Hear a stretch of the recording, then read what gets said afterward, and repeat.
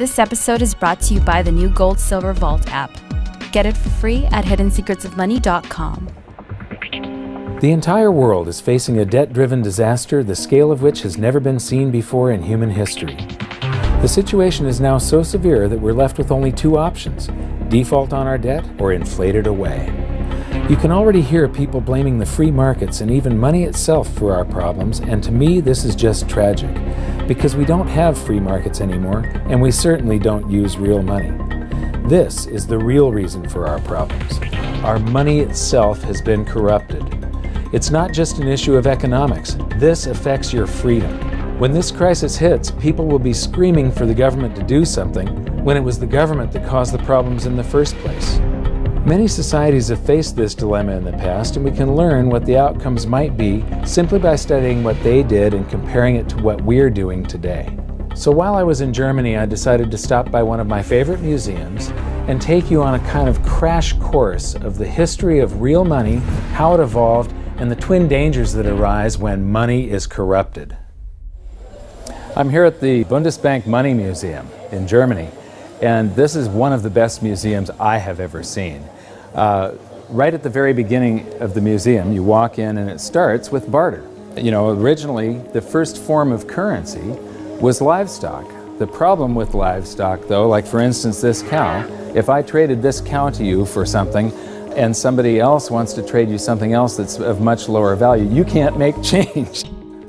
A system that relies on barter is very inefficient because you not only suffer from the problems of divisibility, you also rely on the hope that you will find someone who has a good or service that you need, who wants something that you have at the same place and at the same time. In economics, this is called the coincidence of wants. Now add the fact that most goods have a shelf life before they perish, and you can see why barter systems held mankind back for so long. So what was it that solved the coincidence of wants and propelled us out of the Stone Age and into space? It was the invention of money.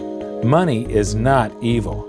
It is a magnificent tool that allows us to trade our specialized skills and to store our economic energy. Without it, we'd be struggling to feed ourselves each day, and our average lifespan would still be 30. In episode 1, we learned that real money has to fulfill certain properties in order to function. But 2,600 years after its emergence, people still confuse money with currency, even the so-called experts. So they've got here some of the things about what money is. The first example here is money is whatever goes. So in earlier cultures, commodities such as cattle, stones, or metals were used as money. Buyers took the value of the goods on trust when making their purchase. Today, too, money is a question of confidence. So the currency, today isn't money, today we're using currency, but the only reason it has any purchasing power whatsoever is because yesterday your experience was that it purchased something. So you have faith that it's going to purchase something tomorrow. Otherwise, it has no value. Whatever form it takes, reliable money has two characteristics. It is genuine and it is stable. People can rely on its value. Well, you know, what fiat currency around the planet has maintained its value? They all fall in value. So right away you can see the difference. They're talking about currency here. And when they say it's genuine, I mean, what is genuine? A counterfeiter, somebody that's running their own printing press in their basement, is making genuine notes as far as he's concerned. I mean, they're genuine counterfeits. These things that just come off of a printing press, well, yeah, it's a genuine lie from a central bank or a government that you've got something that's going to store value for you, because it doesn't over long periods of time. It loses value. Gold, banknotes, and electronic money, meaning electronic currency, may be stored, divided up, or transported. As its material value has declined over time, its genuineness has had to be beyond question. Well, this one says that it's got to maintain its value, and right here they're contradicting the next one. The one thing here, gold, is the only thing that they're talking about that has not lost its value. In the past, rare goods were used as money. Today, central banks must ensure that the supply of money is restricted.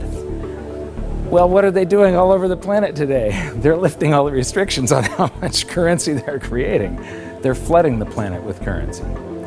The next display shows the usual museum pieces that are described as commodity money: cowrie shells, representative axes, cocoa beans, and the like. While these work better than barter, none of them were actually money because they all had a weakness: one or more properties of money that they couldn't fulfill. Therefore, they are commodity currencies, not money. Some of these were widely used right up until the beginning of the 20th century, and there's some stuff here that I haven't seen before. Here's something very interesting. This brick of tea, its value is in the intrinsic, it's in the commodity that you're using, it's the tea. But this one has a certain fungibility to it. Each unit would have the same value, and you can make change. You can snap these things apart into units of 6. It's portable. It's not that heavy. This fulfills quite a few of the functions of money. I would not imagine that it's that durable. It probably doesn't wear that well. And now we come to the emergence of real money. Here we have little pieces of metal, just little pieces that have been broken off of bars or something that was cast, other little blobs of metal that were traded as a currency. You know, they had purchasing power, they had an intrinsic value, but they still weren't fungible, which means interchangeable. Every one of them had a different value. You can see that some of them have a higher silver content, some of them have a higher gold content. These are called electrum. It's a mixture of gold and silver, naturally occurring. What you notice is that this is from the 7th century BC, and then between the 7th and the 6th century, we're talking about somewhere between 680 and 630 BC, the emergence of true money. Here we've got 4 coins. The large one is a 1/3 stater coin, and the other 3 are 1/6 stater coins. Each unit is interchangeable. It's now a unit of account. You can take so many of these in trade for so many of loaves of bread, and you don't have to break out your little scale and weigh them any longer. With the little chunks of metal, you had to weigh every transaction that was going on. You had to weigh whatever your payment was and then take a guess as to what the purity was. Here you have some standards that were set by mints and guaranteed by those mints. These are a unit of account. They're fungible. Every one of them is interchangeable. They're portable, they're durable in your pocket over long periods of time. They're divisible. You can make change. You can see there's a 1/3 stater and 1/6 staters. And they're a store of value over long periods of time. These still have purchasing power today, 2,600 years after they were made. Another thing that I find really interesting is between maybe 680 BC and 300 BC, cultures all around the world, they all gravitated toward gold and silver coinage as money. The entire world sort of decided all together that gold and silver were money. Why? Because the free markets keep on selecting gold and silver as money because of the properties that it has. So, now we get to the room of real money. This is a vault door, and this is where they've got all the great examples of the real gold and silver coins. So come on in and join me. So here we get to the first, this is gold and silver, what they're using to make money, and here we have some very early representations of gold and silver coins. And I love these displays.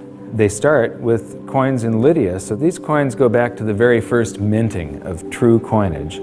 So here we have the starting of the 6th century BC, and then it goes up to the 3rd century, and then from the 5th to the 11th century, and the 13th to the 15th century. And these displays just go on with the history of real money, gold and silver. Here is 17th and 18th century. Here we come to the 19th century, and now we're all the way up to the 20th century here.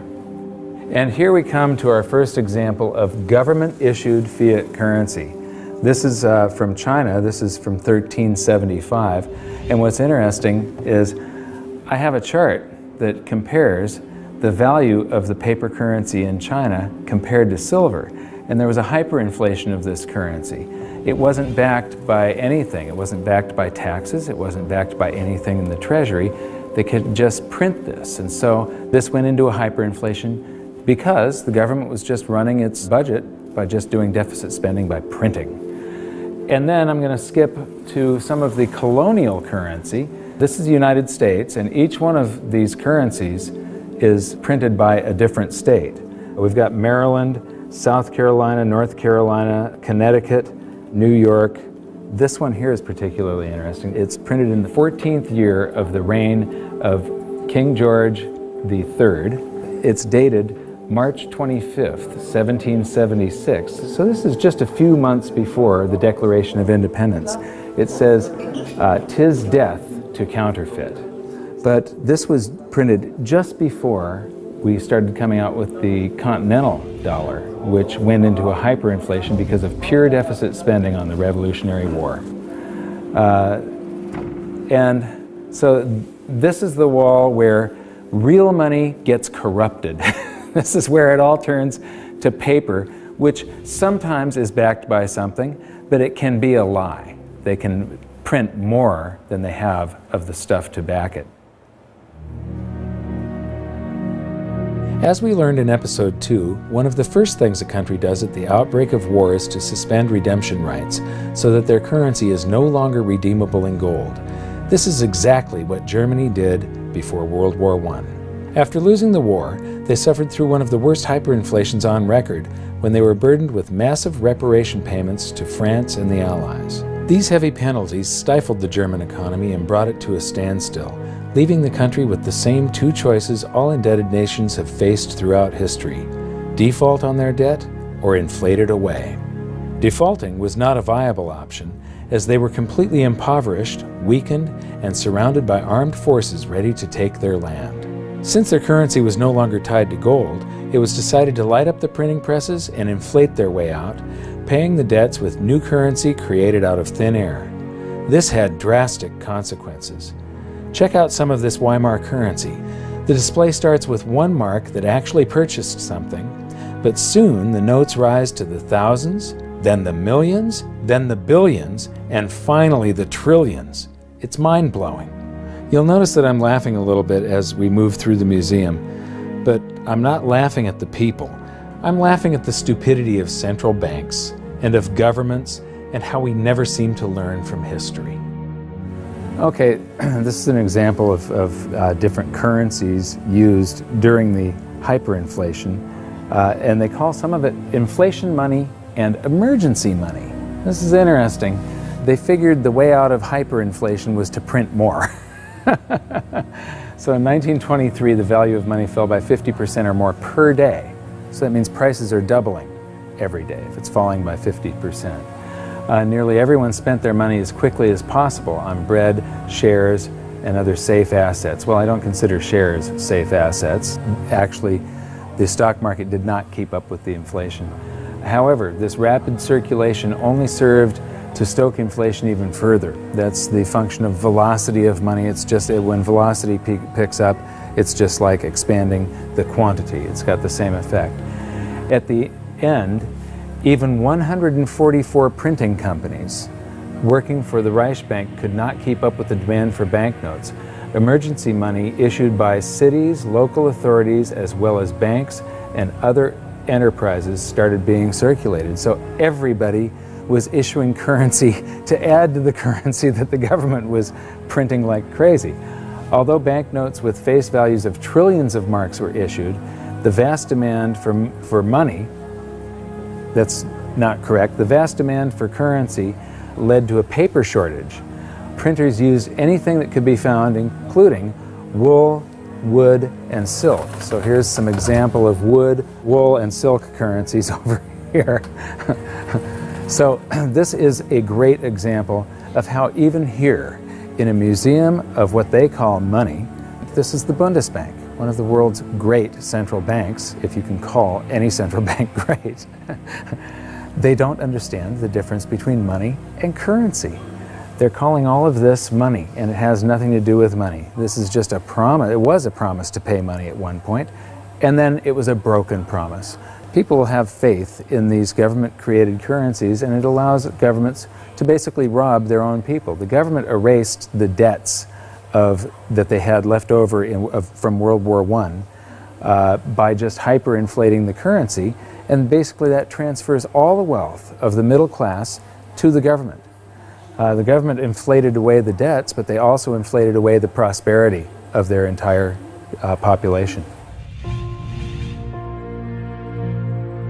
When we were in Germany, we got a chance to shoot in front of the Bundestag, which used to be called the Reichstag, and it's very, very significant in that out of monetary crisis, you very often see the political landscape change dramatically. It's the middle class of a country that defines the country with their vote. They're the largest sector of any country, about 70%. And a currency crisis like a hyperinflation wipes out and impoverishes the middle class. And they become filled with fear. And it's very easy for somebody to come in and prey on that fear. And dictators arise out of hyperinflation.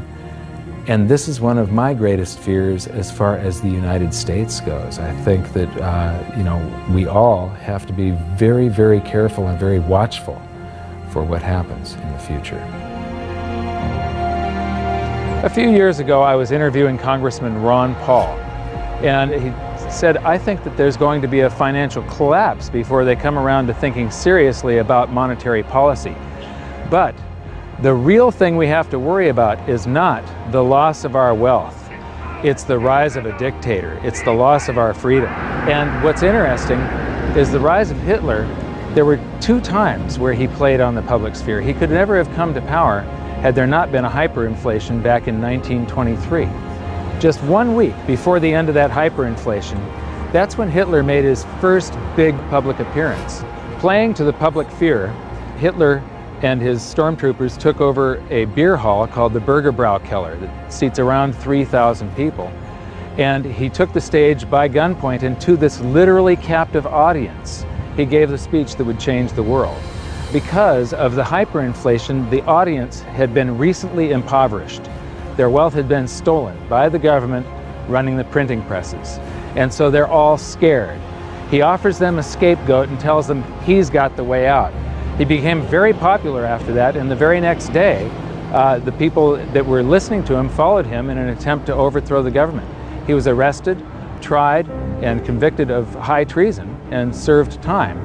While he was in jail, he was provided with a private secretary, Rudolf Hess, and he actually wrote about half of Mein Kampf while he was serving time. But once the economy started to recover, Hitler lost that leverage, that power. He could no longer play on the fear of the public once the economic situation had changed. By the middle of the Roaring '20s, he had become a joke. The Nazi Party had gone to less than 2% of the vote. Then along came the Great Depression, and Hitler seized this opportunity again. He was the first politician to actually campaign by aircraft, hitting multiple cities in a single day. And the Nazi Party went from 2% of the vote to the second largest party in Germany. So playing on the public sphere, Hitler was able to take away the rights of Germans. He was able to, all these guaranteed rights in the Weimar Constitution, private property rights, the right to assemble, public assembly, the right to privacy in the mail, the telephone system. He just took away all of their rights and seized power. So these are some of the things that we have to be concerned about and be very mindful of. Economic crisis very often leads to the rise of a dictator. Yeah, the fact that this was just 70 to 80 years ago, basically there are still people alive today that experienced this, but enough of them have died off to where the warnings fall on deaf ears. Berlin is a great example of another massive danger to individual freedom that economic crisis can bring, the swing from capitalism to collectivism. After World War II, the city was basically divided in half, the West being capitalist and the East communist. Germany was reunified in 1990, but even this short period of separation showed the vastly different levels of prosperity that the two systems achieved. So this is the famous checkpoint Charlie, and what's interesting is how quickly an economy can heal. Just 20 years ago, you would have seen a tremendous difference between the East and the West. You'd have one side that has tall buildings and is much more industrialized and new, and then one side that's very old and gray. It was one of the best examples of what a state-run society does to an economy. How the more the public relies on government, the worse the general economy gets. What happens, in capitalism you have the greatest disparity between the poorest and the richest individuals. And there's a backlash against that. And you see this happen in waves and cycles, this cycle that goes from capitalism to collectivism. Here, the example, you had this line going right through a city, and one side of the city that was very poor, and the other side prosperous by comparison. Now, when we go toward collectivism, they want to eliminate this great disparity between the poorest and the richest individuals. But what happens isn't that they raise the standard of living for the poor up here. They drag the whole economy down so that everybody ends up living down here, except for the people that are running the government. Collectivism is a danger because we've proven time and time again that it doesn't work. The evidence is in. If you look at history, it's clear that maximum prosperity can only be achieved through individual freedom, free markets, and sound money. You'd think that we'd learn from history, but I'm going to show you a few more displays from the museum that prove conclusively we haven't. And this is where we are today.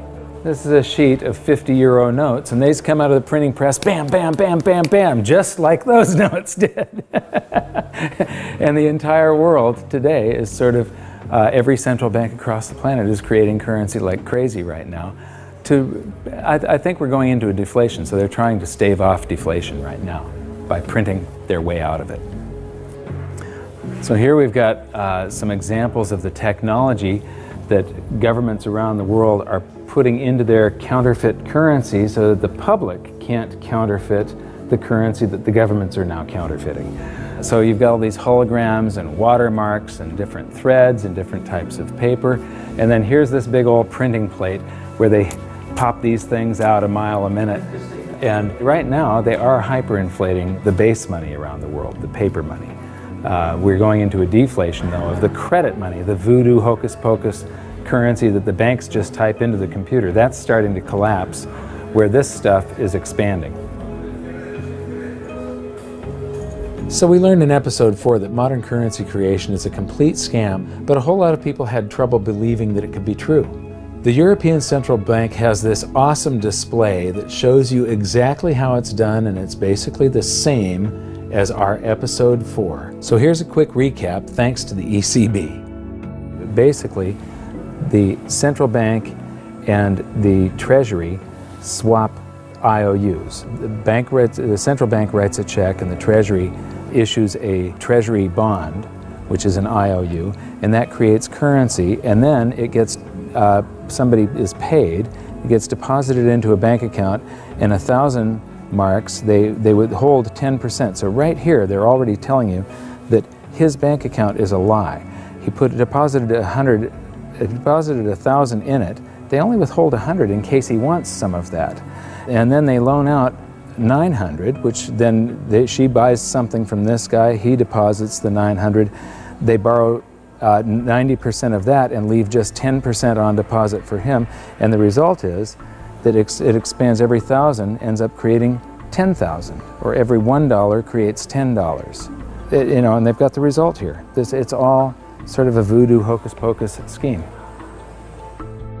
One of the great things that I've noticed here is that throughout the museum they keep on proving the point that even though this is the Bundesbank Museum, they prove the point that fiat currencies that come off of a printing press eventually go to zero, that they're really worthless. This says the ideal goal of all monetary systems was to ensure that money is trustworthy and kept in short supply. Metal-based currencies restrict the money supply because metal deposits are naturally limited. However, during the Industrial Revolution in the 19th century, the rapidly growing economy needed a means of payment which could adapt flexibly to this growth. Baloney. You can have a fixed currency supply, and when you have economic growth, it means that the currency gains in purchasing power. In the 20th century, uncovered currencies, meaning unbacked currencies, have been the norm. In principle, the money stock could grow unchecked. This is why central banks must ensure that the money stock is in line with economic growth. Yeah, right. So here we've got my buddy Milton. Actually, Milton was sort of a semi-free market economist. He won the Nobel Prize, so he's considered the dean of the Chicago School of Monetary Thought, which are monetarists. They believe that we should have a Federal Reserve and it should expand and contract the currency supply to achieve stable prices. One of the problems with Keynesians and monetarists and so on is that they think you should expand it and contract it, but they never contract it. They just, you know, Keynesian, you're supposed to spend when the economy is bad, the government's supposed to spend and stimulate, and then withdraw currency from circulation to keep us from going into a bubble caused by the expansion of credit and the spending that they did during the bad portion of the economy. So they take this rubber band and they stretch it, and it's supposed to come back, but they never do that. They just keep on stretching it to infinity. And here we are, right now, where we are in the world is that rubber band is about to snap with every currency on the planet. And so I'm instability, I'm in deflation, inflation. Let me see, I'm going to cause a hyperinflation. Oh, it just went off the inflation scale. I guess I did cause a hyperinflation. Oops. And now the whole thing is collapsing. This game of inflation and deflation has never worked. Right now we're on the precipice of the whole system collapsing, and just like the game, our monetary system will reset. This is where the twin dangers we learned about may rear their ugly heads, so it's up to all of us to learn from history. I mentioned earlier that it was the invention of money that allowed humans to prosper and rise out of the Stone Age. But money is only part of the equation. What use is money if you don't have freedom? So what's going to happen? Will we default or inflate our way out of the mess we're in? Since 2005, I've been stating publicly, and I also wrote in my book, that I believe we're headed toward a series of events involving a short-term deflation followed by a big inflation or hyperinflation.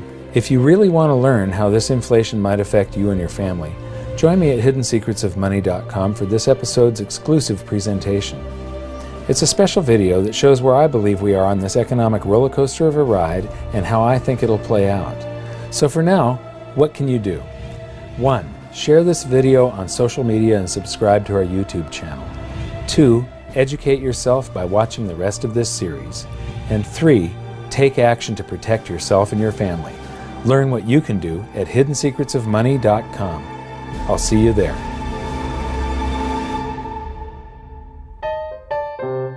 Should I buy $500,000 or $1 million? Let me see how much. This is not going to travel well in the suitcase, but it would be good to have €1 million, wouldn't it? Tough decision. So, okay, I'm going to buy €250,000. So here's €50 for your €250,000. And 7,95. yeah. And I get change back. This is about €8 to buy €250,000. 7,95, 8, 9, 10. Okay. 40 sind 50. Okay. And what's interesting is these are going to eventually be in here. I mean, it won't be too long before these end up like this. Oh, and we get some chocolate gold coins. Dankeschön.